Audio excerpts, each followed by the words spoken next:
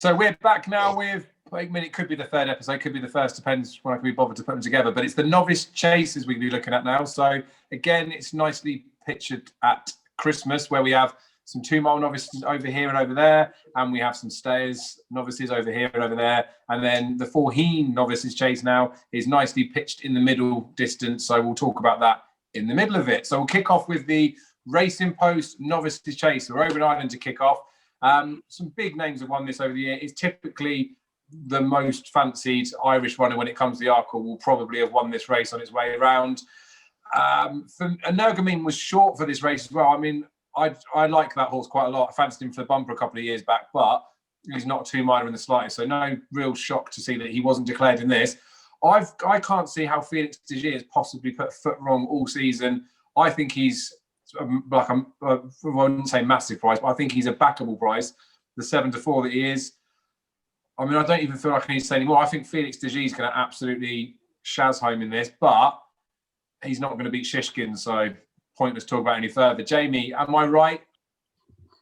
Yeah, I got a big fancy here, David. You took the words out of my mouth. Felix de Gier, yeah. Oh my God, what a bet for the honestly, I think he's up against nothing. Black Bow couldn't even win a maiden hurdle, right? Now, Black Bow does still have form in Tukas, beat in Tukas at Navan. Then in Tukas ran against Sizen Potsy. Felix de Gier still beat Sizen Potsy, going the wrong way around for Felix de Gier. Now, Sizen Potsy's rated, 157? I think this is the bet of the whole of the festival. At 13-8 at that price, I think Felix de Gier should be odds on. I think going back on his form, on his hurdles form, flat track at Leopardstown, this horse just wins. He'll go out in front. I think I can't have Darver Star, Black Bow. There's Franco Deport now. Franco Deport might take it up, but I still think it'll give Felix de Gier a toe into the race. I think he'll jump the last, and away you go. Nap of the whole festival, I think. Felix de Gier. And to be honest, I wouldn't be able to disagree with you that. The price that he is, like I said, I really do think that he's a no-brainer bet in this race. The only time that he was I think he's a little bit ropey, Felix de Gier, for me, is when he goes right-handed. But when he gets in these smaller fields where he's potentially able to dictate matters, it just suits him down to the ground. So when it comes to the Arkle in March, Shishkin's going to scare everyone away. It could be like a 5 or 6 runner race. He's probably going to run wellish, but hopefully Shishkin's a beast and batter him. But the 7-4 you can get about Felix de Gier in this race, I just think is monster. Daryl, are you in for a 3 out of 3? Yeah, but that means it's slightly concerning that he's only 7-4 when really he should be an even money shot here, shouldn't he? Yeah. Definitely. I would slightly be concerned about the price. I just always get a little bit worried about a horse when they really should. I'm not one to get overexcited. I'm more one to be suspicious when they're a bigger price than what they should be for some unknown reason. Of course, he's the bet. He holds half the field on recent form. Black Bow, I couldn't really have him. If he would have, he won well at Navan the last day, but if he would have done it, I just felt like he wasn't as impressive as a 4-length wins going away suggests he was. I thought he was being put up to his work really at the finish. I thought 11-4 was a bit short for him. I like him bittered, but not for this. I think Felix de Gier, like I say, 7-4 I've got here with Betfair. I think that's crazy. I agree with you, Daryl, on embittered. I think I love this. Run a horse in a Grade 1 novice, right? Look at the County Hurdle last year. Sant Roy wins it. Araman the second. Araman wins the Galway Hurdle off nearly 160. And then you've embittered, who I thought got a bad ride by JJ7 because he went too early. You could see him, he was on the other side of the track, and JJ thought, oh yeah, I'm in the lead here. Oh my God, in a County Hurdle. Watching better for the Grand Annual. Now, the only thing is, the Grand Annual is switch tracks, which is going to feck up everyone's thinking of the race when it comes to trains and stats and all that. Change track, which is ludicrous if you ask me.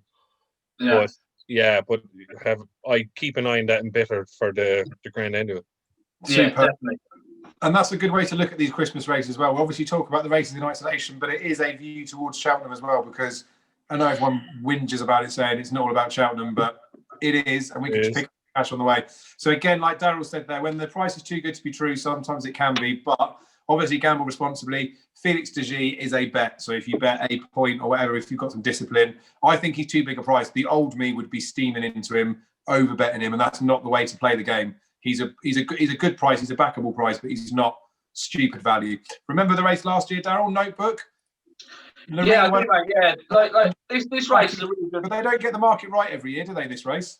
No, they don't. You're right. And this race is, like you said, is a really good pointer towards the Arkle. It's just, without markets at the moment, I just think Shishkin's got this wrapped up so much. It's really just like sort of taking my interest away a lot from the 2 mile novice chase this season.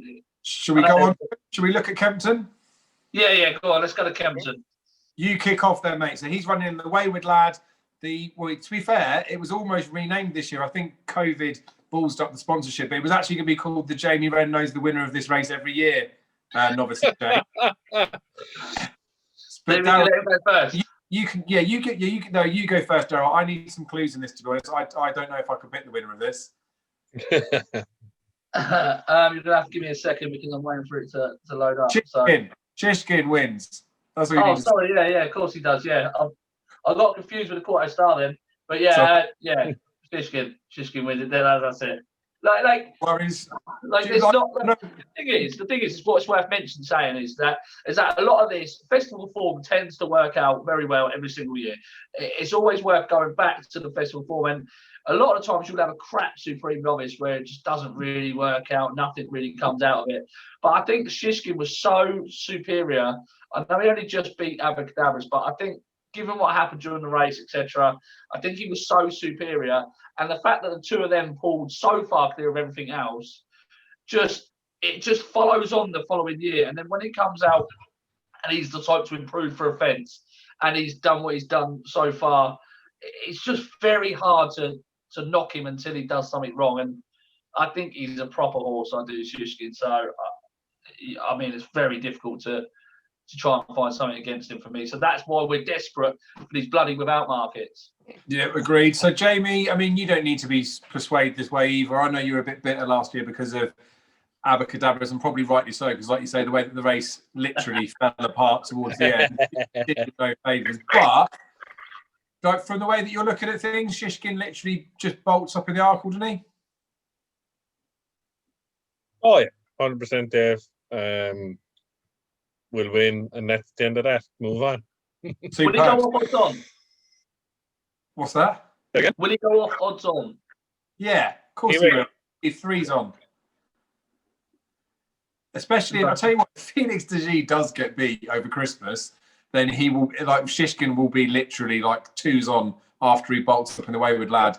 Because what you need is for someone to make up that second part of the market, you need a consistent winner that's winning races. If Felix de Gea gets beat and you get something like a Blackbow going and winning it, I know everyone will jump on board and think Blackbow's going to go and do him. But like Jamie said, he couldn't even win a maiden hurdle. It just means Shishkin's going to get shorter, doesn't it? Yeah. But a race that's sort of in between. But come here, Darryl. Dave.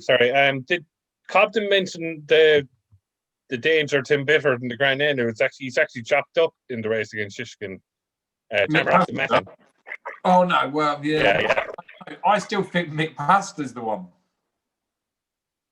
We can't do this Grand Annual, mate. There's the way that he was ridden behind Shishkin, he could have got a bit closer, and all of a sudden, Cobden's just like, whoa, steady on, Jake. He's got to pay my extension next month. I do like this Tamarok Damathan, to be fair, but there's not really many options for him to go, is there? I'd rather see him in a novice handicap chase. But they're probably thinking prize money here. He could pick up more money for coming second than he would for winning a race. But that was the worst move Cheltenham ever made, was getting rid of the novice handicap. That was the biggest. I'm sick over it. Why did they ever get rid of that race? Well, that's one as well. I know we haven't mentioned it before because we talk about the good graded stuff, but Hold the Notes running in the novice handicap chase at Kempton again, isn't he? And he was a very eye-catching, unlucky horse in it last year. So he's going to be smashed in. And they've been running him over the further distance to try and get his mark down. Not suggesting he's a bet, but anywho. We'll move on to the 14 Novices Chase. This is back on Boxing Day. So we would have seen this before Shishkin's gone and bolted up. Lots of talk goes out and about saying that. Let me grab it up. Talking about the fact that Paul Townend goes there for one ride. He could have had loads of rides somewhere else. Ruby Walsh did it a few years ago for Get a Bird, got beat. So there's not really anything to read into it, I don't think. Asterion Forlonge is decent, isn't he? Asterion Forlonge, we know how he jumps out to the right. You ain't going to be winning too many grade ones of him going left-handed, I wouldn't think. So fair play, go to Limerick, go win your race there. Pencil for the lead. I think a few people think that he probably wants a bit further. Although Keith Donahue put in his blog that he actually really fancied to put it up to him. I like Janadil quite a bit in this, but it wouldn't be a race for me to be betting, and I would expect that Asterion Forlonge is probably just a superior horse in these conditions and will win. But there might be something that runs in behind that could be interesting later on in the season. Darryl, what do you make of it? Yeah, I think Asterion Forlonge is 100% the one to beat. The one thing that is worth touching on, right? So last year, I absolutely slated Asterion Forlonge, didn't I, for jumping out to his right. Absolutely battered him, said he couldn't win at Cheltenham, blah, blah, blah. The one thing I did notice on his chase run at Punchestown was he jumped straight as an arrow when in amongst the pack, right? And now this is a common thing because last year, Goshen, when he ran from the front over hurdles, God, he was out to his right the whole time. But once put him in a pack of horses, he was jumping straight and true. It was the same story for Asterion Forlonge at Punchestown. It was only jumping out to his right significantly in the final two flights. That was when he hit the front. I'm wondering why they continue to make the running with him if he jumps out to the right. I think he's fine in behind. Obviously, it'll help him settle a bit as well. And I just wonder if they just tuck him in, keep him covered up, and then let him go at the final flight. Would he jump straight and true throughout the whole of the race?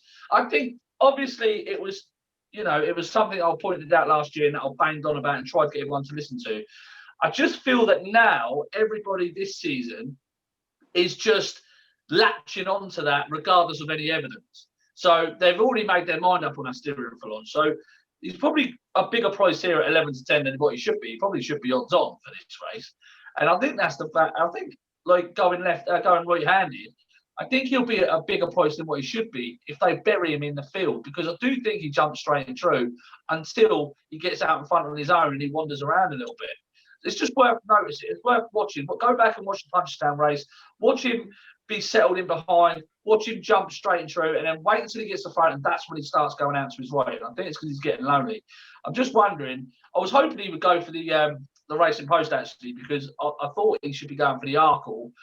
And I just thought there might be a slight angle there with Asterion Forlonge, with everyone thinking that he jumps out to the right, he's got absolutely no chance. If they buried him away, he might have a half chance of following home Shishkin. I reckon this year, because that's well worth mentioning the way you said it there, because like you say, people are very quick to write a horse off, especially after they've been told to write the horse off and they don't do it. They wait till they've lost a few quid and then get a bit stubborn, don't they?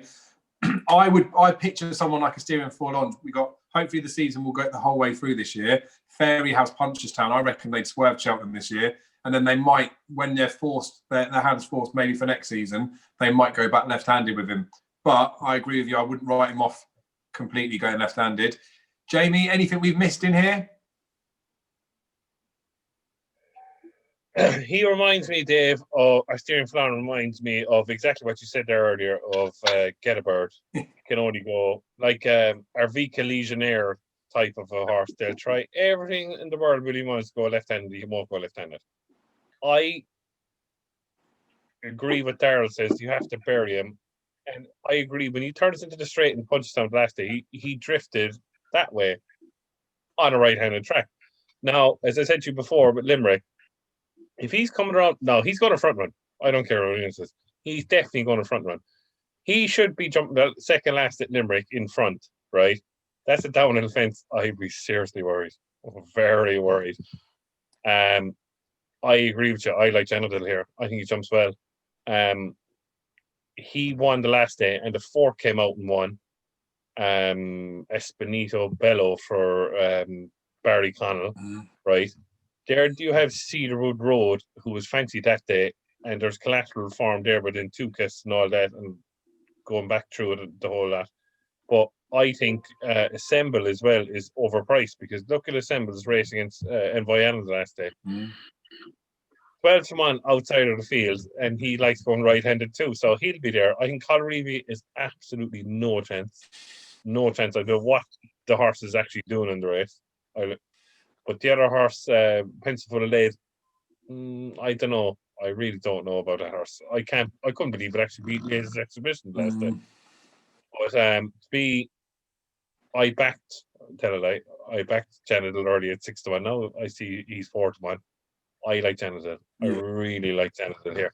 The only thing I will say about Janadil, I don't think Willie Mullins knows his best trip. And I think you'll find out on St. Stephen's Day. If I seriously be worried about Asterion Flan, come to the second last, it's downhill fence at Limerick, I'd be afraid he'd fall. And he should.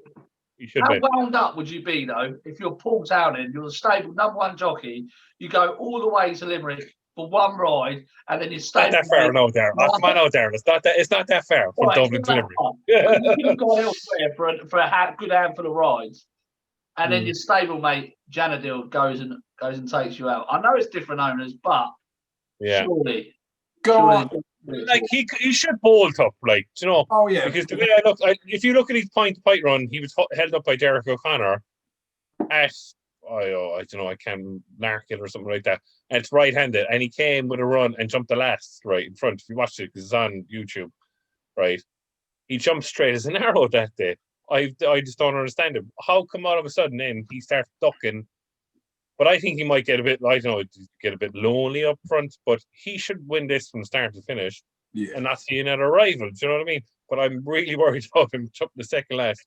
If a horse like Janadil or Pencilful Lead jump next to him, will he duck then to the out towards and then lose all momentum? Do you know what I mean? Yeah, we're going to find out, aren't we? And I think with horses like him as well, like Daryl said, he shouldn't write him off left-handed. But given the fact that he is going right-handed, given the fact that he should be winning this race, I think a lot of punters will be looking at him. Oh, he's even money. We'll stick him in a few multiples. That he should be winning this race. But I think enough negatives or a bit around him that like we wouldn't be backing him at that price as a single. I don't think. And I think just leave him out your multiples as well would be my suggestion, because, like Daryl said, how fuming would he be if he goes there for one ride and gets beat? Well, he can ask Ruby Walsh how he felt when Getabird did it a couple of years back, because he went there and got beat by Hardline, didn't he? Just because he's gone there to go and do it, like it's not the be all and end all. And as much as like we get excited about certain races, they'll have bigger targets in the spring that they're thinking about with this horse, and maybe it's just a case that Willie Mullins wants Paul Townend on him. And that's the reason. Willie Mullins wants to go in that race. Willie wants it in there, all that sort of stuff. So, I don't know. He should win it. Let's not beat around the bush. But we'll move back to British soil. We're going to look at the Feltham, the Calto Star Novices Chase. This should, if you just went by official ratings, be an absolute doddle, shouldn't it? If the cap fits, is £8 clear of the field, 4 to 1. He's won at the course. He was beaten favourite the last day, but that was in a race where normally second season novices were going there, or horses that have just finished their novice seasons. Should, if the cap fits, be 4 to 1? I think he probably should, because I'm team Big Breakaway, and I'm probably going to have to back Big Breakaway, because I think 3 to 1's a little bit too juicy for him. The yard can't contain their excitement about him. Harry Cobden, that knows obviously a lot about the Colin Tizard stuff, couldn't contain his excitement when he talked to me. Couldn't contain his excitement when he talked on the Kempton preview last night. I really do feel like the only winner of this race could come from one of the first 3. I don't think Chamblou is probably good enough to win it, which probably sounds a bit rude because he's been such an emphatic winner. But I think the Big Breakaway should be the 2 to 1 Fav. Chamblou should be the 3 to 1 Poke. And if the cap fit, should be about the price that he is. That's the way that I see it. Big Breakaway, I'm pretty sure is going to hack up in this. Daryl. Yeah, no, I'm quite fancy the Big Breakaway. If the cap fits, he should have won at Sandown the last day, really. I mean, that was so frustrating. But yeah, if a horse had everything in his favour, well clear on ratings, receiving £6 from a horse making his reappearance run, there was everything in his favour. I just don't like the way he jumps. It doesn't come across as a natural chaser to me, and that might be the case of why they've taken so long to go chasing with him. It just didn't look look a natural to me. And his run before at Foss he beat Fiddler on the roof, fair and square. Emerton is a terrible horse over fences, but for me, I just can't really have him. I like the big breakaway. I don't know what on earth Colin Tizard is doing with his horses. I really don't. Honestly, I do like the trainer, but he has got some of these novices so wrong this year. The likes of Fiddler on the Roof, dropping him back in trip is just ridiculous. Running him on good ground over a trip short of 2.5 miles is just absolutely mind-blowing. The big breakaway, everything about the big breakaway's run at Cheltenham told you he was a 3-miler. He hit a flat spot going down the back. His times, he was 26.76 lengths faster from 3 out to the finish than put the kettle on was over 2 miles. Right, he was quicker from 3 out to 2 out to 2 out to 1 out to 1 out to the finish. So everything he did, all of his best work came in the final half of the race, if you like. The circuit time was only 9 lengths slower. He hit a little flat spot and he just stayed on really strongly. One going away like a proper good horse, like the way that they've all been touting him up to be. Then what they do, they go and drop him back in trip at Exeter. And I'll tell you why they did that. It's because Robbie Power got off at Cheltenham and he said to the cameras, yeah, he'll get the shorter trip. He's not short of speed. Well, sorry, the time figures will tell you he's short speed, right? He's a proper out-and-out galloper, and he does his best work at the finish of his races. Back up to 3 miles today. I think this is going to be the making of him, this quarter star. The Collections won it last year with Slate House. I'm not worried about the form of Colin Tizard because I don't think he's been running his horses over the right trip. It's as simple as that. I don't think they've been making the right plans, placing their horses correctly. I'm not a trainer. I'm not going to pretend to be a trainer or anything like that. All I can tell you is what the figures say and what the form says and everything. At Exeter, right now, at Exeter, he at the 5th fence, which is the first on the back straight, right? He was 5 seconds behind Severano, who was racing in 6th in his field on the same card. 5 seconds behind. If you go 4 lengths per second, it's 25 lengths. So 25 lengths behind Severano, who was racing in 6th. Severano wasn't even nowhere near the front of this field. So that's how much of a dawdle Robbie Powell went at Exeter on the big breakaway. He tried to make the run in. I have no idea why he'd want to turn it into a sprint race, turn of foot. And all Bold Plan did was sit behind him and just do him for a quick turn of foot. Yeah, it was just so baffling why they would do that for a potential horse that could run, a top quality Grade 1 chase at Cheltenham. I have no idea why they did it. So I just think they've got it all wrong. And I think on that basis, that's the reason why he's now 11-4. I think if you can get 3-1 on this horse on the day, I think you should take it. I think he's definitely a 3-miler. I think he's got loads more to come. The likes of Golden Fortune, Kaluki, one for the team, and Rillo, for me, they're all handicappers, top-end handicappers, perhaps. And Rillo, I do like him. I do like the way he jumps. I do think he's slow. And the fact that the Mighty Don was managing to hit so many fences and then beat him at Cheltenham on reappearance was worrying for me. Yeah. I said that to you before. It was worrying.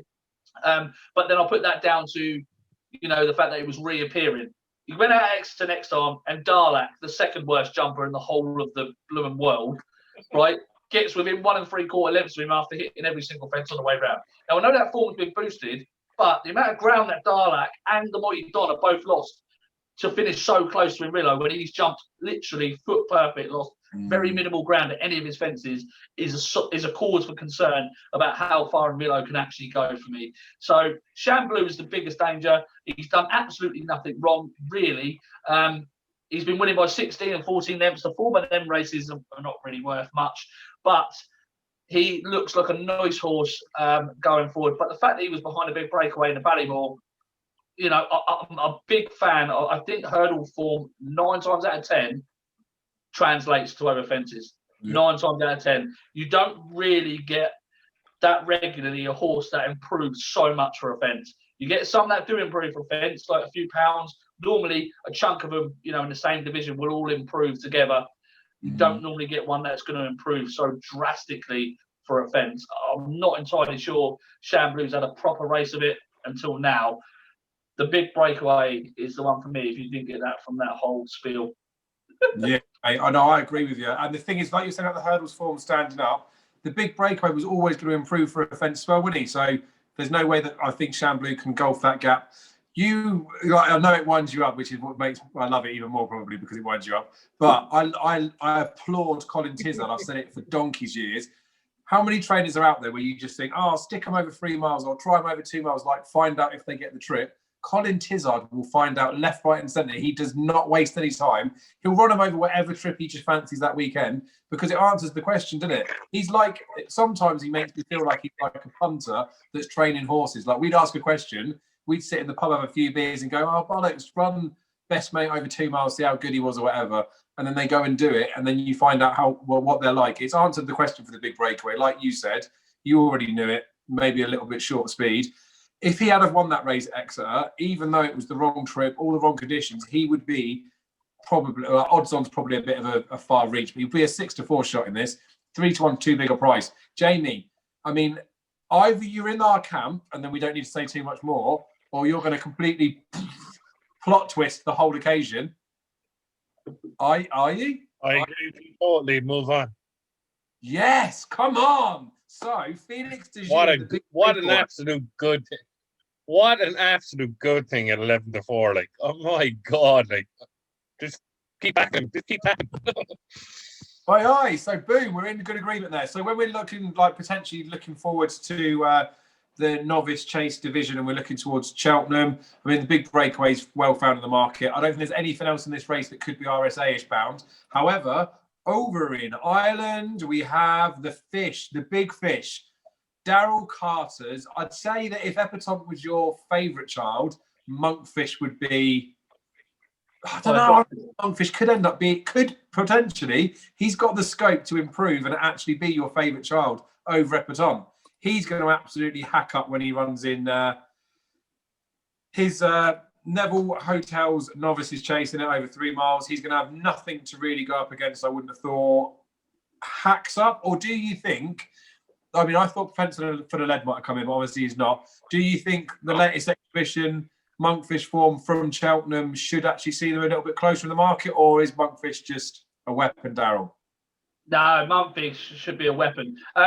This horse, when I was watching last year, I'm absolutely desperate. If any of your followers have got a recent photo of Monkfish, please they send it to you because I've got one. I took one deliberately last year when I was watching him in a pre-parade ring because he needed to fill out so much from behind. He was so slim and small from behind.